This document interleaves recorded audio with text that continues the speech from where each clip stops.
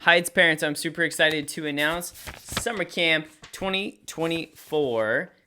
Obviously, it's in the Heights. I just said that. So let's get into camp topics. There's so much that we have to offer, and I want to show you everything that I've got. So we've got Scratch Superpowered, and we also have Scratch Space. They're on different weeks, but basically, students will be using the MIT's Scratch to make their own video games, stories, animations, learn a little bit of algebra, learn a little bit of coordinates, learn game design, learn principles of animation.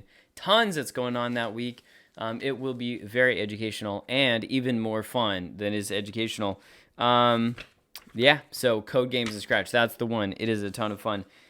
We've got, and that one is for grades 3 through 5, entering grades 3 through 5. And then we also have Coding Foundations. This one is great because it is great for the beginners, right? So kindergarten through second grade, you could totally take this. You could take this a couple of different times. We have it more than once in the summer.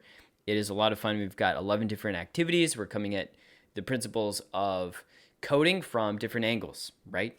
And so we rotate through stations. We are going to be doing jumping jacks, get the blood flowing. I mean, it is a lot of fun.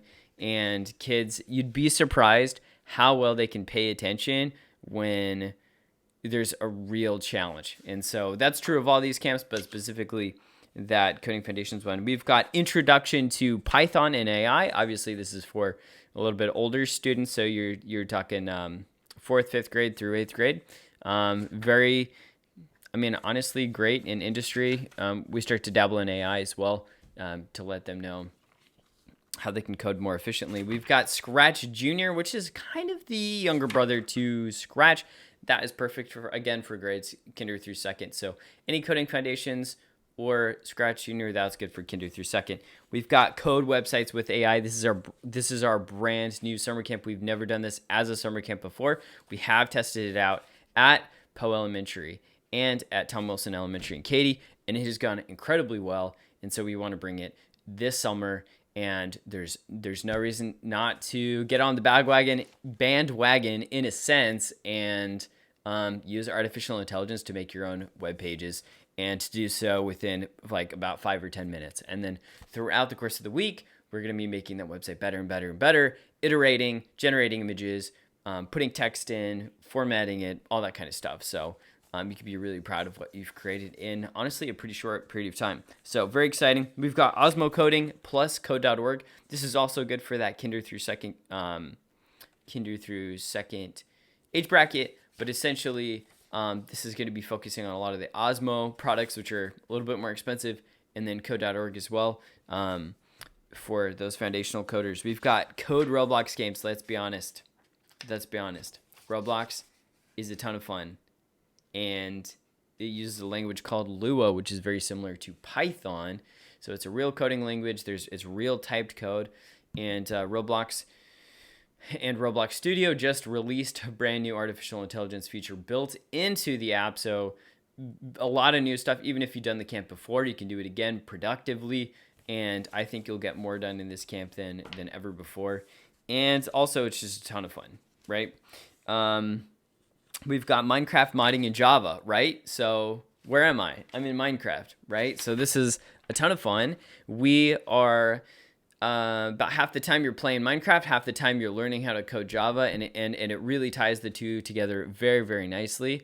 And the nice thing is you can continue coding at home if you really want to. It is incredible. Java is a real grown-up coding language, and so it's a real skill. So definitely invest in your kids in that one. CircuitPython, this has got to be my personal favorite camp. Like if I was to take a camp, this is the one that I would take. This is for a little bit some of the older grades. You can definitely check all the details on our website. This one you actually are going to be working with a Raspberry Pi Pico, which is a microcontroller, but you can like plug in things like LEDs to it. You can plug in little speakers. You can plug in proximity sensors, temperature, humidity sensors, screens. You can put a screen on it, make your own essentially little device that can do a lot of things. It could be a game controller, it could be a clock, it could be a ruler, just like sky's the limit with what you can do with it. We've got a lot of projects. No one's ever finished them all just because there's too many projects to do, but it is a ton of fun and great, especially if you're in those older grades and you need a little bit more of a challenge with CircuitPython. I think it is is great. And then the cool part is like you get to keep it, and you get to take your physical like project home, and yeah, keep it forever. So it's awesome. We got YouTube 101. Where do you think? Whoa. I was covering the 101 part, but YouTube 101 is great. Obviously, we're on YouTube. That's really important.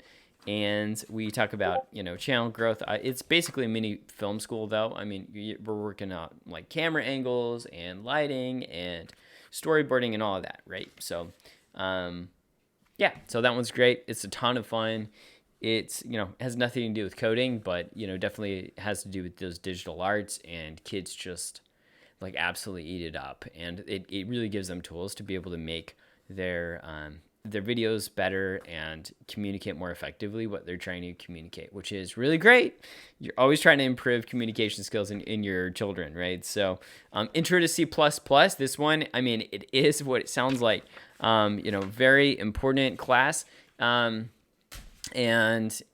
it's probably the most grown-up coding class that we have. And again, those going to be in those upper grade levels, 5th through 8th. And then, oh gosh, you know what? I said my favorite was Raspberry Pi Pico. You know what? This might be a close second. This one, again, is nothing to do with coding. This has to do with creating 3D objects. And so this can be for two different reasons, really. One is more like artistic, using a program called Blender, which is an excellent program. They've received a lot of updates and community support recently. It is a place where you can literally make 3D animation and movies and renderings, and really, really, really cool. CAD, over here.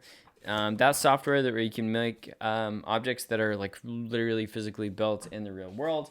I, for instance, made CAD software. I don't know if you can see this little washer. I mean, just a tiny little functional part on this little tripod that I've got. And I made it, I use it on a program called Onshape, which is some CAD software. But I could have made it in Tinkercad or anything else. And then, I printed on my 3D printer. So tons of topics this semester, or this summer rather.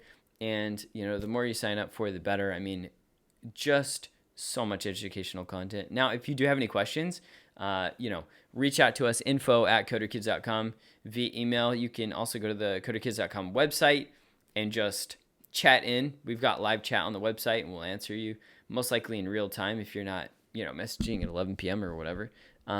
But, look, we love you. Heights parents.